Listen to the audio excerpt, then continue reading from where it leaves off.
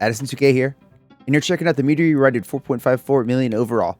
I absolutely nutted on the mobs. I really just got lucky with some tier procs, but check the route out anyways. Now, before you all start spamming routes in the comments, this is not a full route guide. I'm just going to go through the steps of what I do and what you should do more damage. Because this is technically a how to pump guide. How to pump so hard that the Volt kind of fills itself because it's so scared. If you're trying to do big damage and slam keys out quicker and faster and maybe get your ex to message you and say, wow, you've changed, then this one's for you. These pulls go way over percent, and that's on purpose because we're ethically padding out here. And it's just numbers. Some of us push and some of us pad, and today I'm going to show you how I pad. I'm going to quickly mention some of the UI stuff. On the right over here, we got some bigger cooldowns so you can see when I use them. On the bottom here, this is where my rotation will show. And over here in the top left, this is my improved encounter map. This was filmed on Push It Real Good, which we do on Tuesday over my Twitch. I decided to voice over the original one so that I can focus on exactly what I'm doing and help you see what's going on. You can check out the original one, which will be posted on my channel. Okay, so first things first, this guide should help you do more damage in Meadery. I'm going to talk a bit about placement and exactly what I'm doing. Also using defensives correctly and not pulling enough that's going to murder my entire group. With that said, let's get started. I just want you to know that I did pop a shocking disclosure right as the key went in. And it's going to help a lot with mob pickup in this pool. Once the gate opens, I normally Avenger shield this guy right here. I pick up this group right here. And these two over here. And then I try to stack in the middle and not get hit in the back. The most important thing is to not get hit in the back. Now we're going to go through the motions here, and I'm going to use my cooldowns and then hope for tier proc. In this case, we're going to get it. Remember, in this pool, you definitely don't want to get hit by these circles, and you don't want to get hit in the back. Hey, that's pretty good. After getting back-to-back tier procs in the first pool, I hastily grabbed these mobs here, and noticed that I had forgotten Chewy even existed.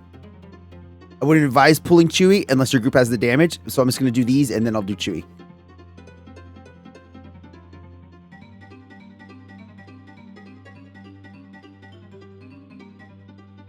With that group disposed of, we're going to grab Chewy and a couple other mobs here and take him down.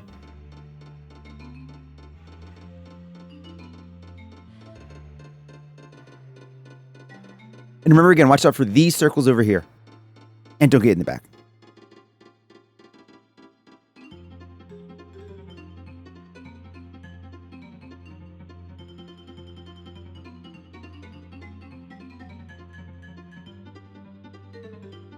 With Chewy gone, we move on to pool 4, which is going to be the boss. For this boss, I normally would tank away from the front here, but I was just in go mode, and I kind of put some sloppy pulls on the ground. Normally, you drag them to the side, as you don't want to drop the pulls on the ground in between the mugs and where they need to be.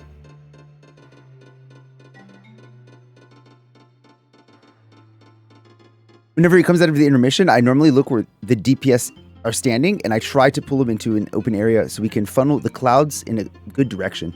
In this case, it was near the B side.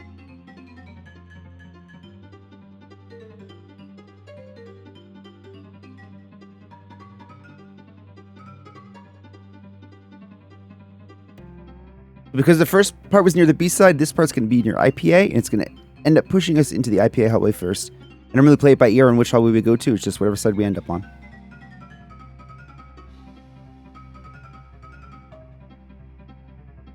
So we're going to set up for pool 5 here, which is going towards IPA first. We're going to grab this first pack right here.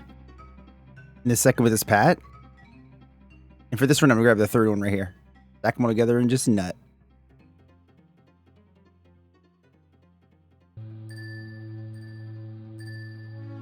Remember, if you're playing the right talent, you actually get holy power from kicking. Kind of important that you kick. It's free holy power for no GCD spent.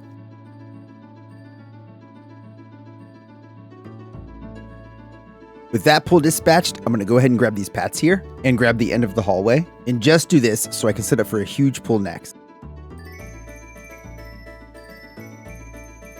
Hasn't happened until now, but if I get selected for charge, I try to put it at the wall right next to us and make sure that I'm not going to hit any of our party members.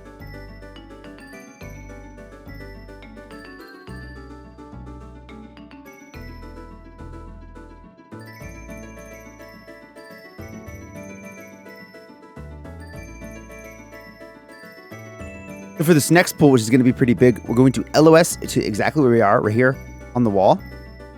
And we're going to absolutely nut on the mobs.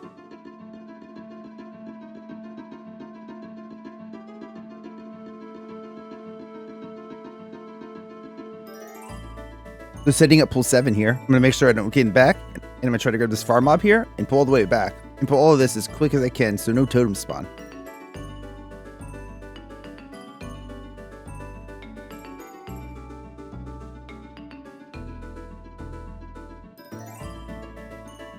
You'll see me get charged and I'm gonna run into the wall. We can stay here and keep DPSing.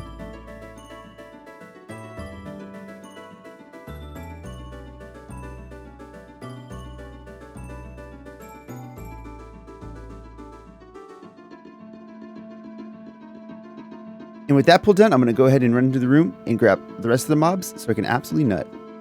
You can see here that I have wings ready to go, but I want the mobs grouped together before I do anything.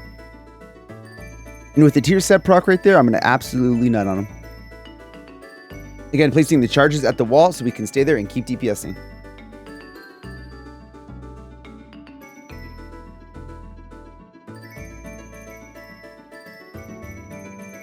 On this run, you notice that someone actually went offline right here. So we're going to pull back and try to get everything off the ground so it doesn't automatically aggro IPA.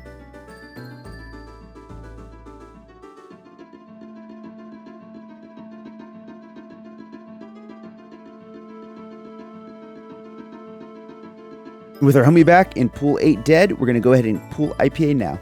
Now remember, this fight is very tank dependent, so you need to move the boss correctly. I like to do a 3-point turn where I'll start where we start. I'll go over here. Then I'll move across the way. Just make sure that you're staying on target and you're able to still hit it, as you want the most damage you can possibly do done to it. IPA down. We have 2 bosses left, and now we're going to head to the B wing. For pool 10 here, I'm going to go ahead and grab this first group, these Bs, and this second group. I'm not going to grab the group at the end of the hallway as it's a bit too much, and I want to combine the next pool to be a little bit bigger. Remember, it's ethical to pad, but it's not ethical to pull so much that your group explodes. Now I'm going to show you something that makes all the shaman girls switch to waterbending. There's a kick that we hit, honey volley, and then immediately after, there's a cast going off in the back, and you can throw your shield and get that. Bogo on kicks, gets you 2 holy power, and who knows, you might see some hooves. In this hallway, you have to be really careful. You can become overwhelmed really quickly. Not only a lot of kicks, there's some stops, and placement really matters. Setting up pool 11 here, we're gonna grab the bees here, and then 2 royal jelly boys. I normally kick the first one, and I'll look out to kick the second one with my shield.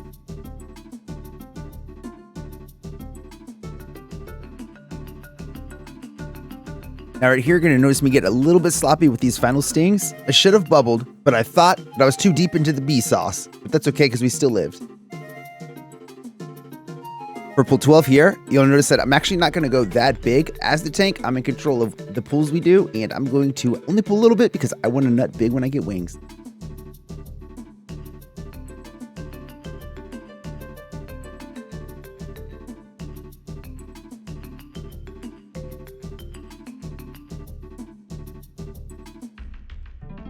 For pull 13 here, which would put us at nearly 100%, we're going to pull a little bit more still. All that matters is placement in this group. Just make sure you're not in any of the circles and you'll be good to go. Remember, clump them up too so you can AoE as much as possible.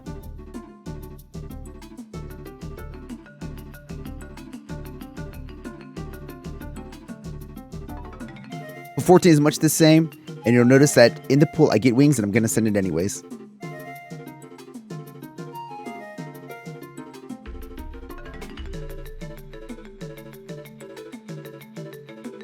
Moving on to this boss now, you'll notice I don't pull the extra bees immediately. I'm just going to wait a couple seconds until I get wings back and line it up with toll and other things so I can absolutely nut.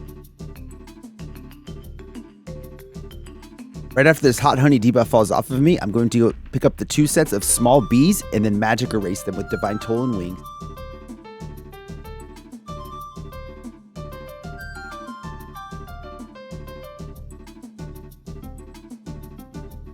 Now, there's something to be noted and said about the bees in the barrels. If you get overrun and people start dying to the barrels, you technically lose damage. So make sure that you tell the DPS incessantly to do the barrels.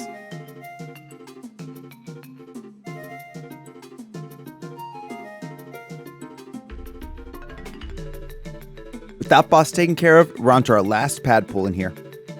Gonna grab our bee and switch to this RP flying, which I love that they keep adding to dungeons to make it so much fun.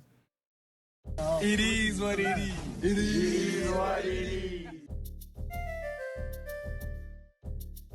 This is pool 16. This is our last pad pull in here. Just make sure that you have all the people clumped up and send wings if you got it.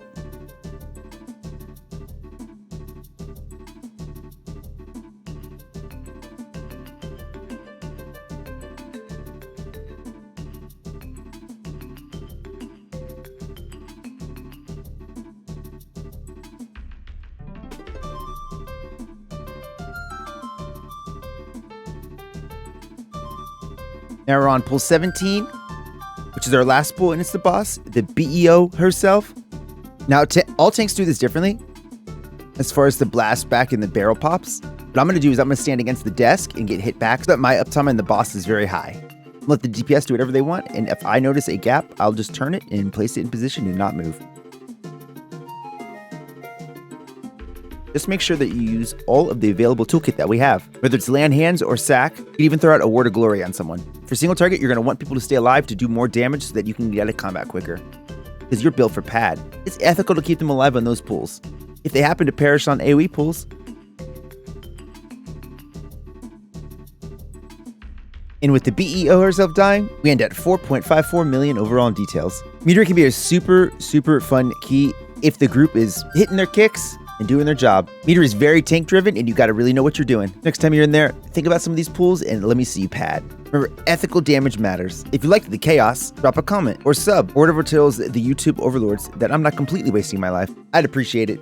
One day they might even let me look at the algorithm. Also feel free to stop by Twitch and say something. We're probably streaming live now. I wanna fuck your dad. Okay. Shoo! Yes, this was the top run. If someone beats this run, I'll try to go beat their run, so try to beat my run so I can try to beat your run. Comment, what are you doing? Comment.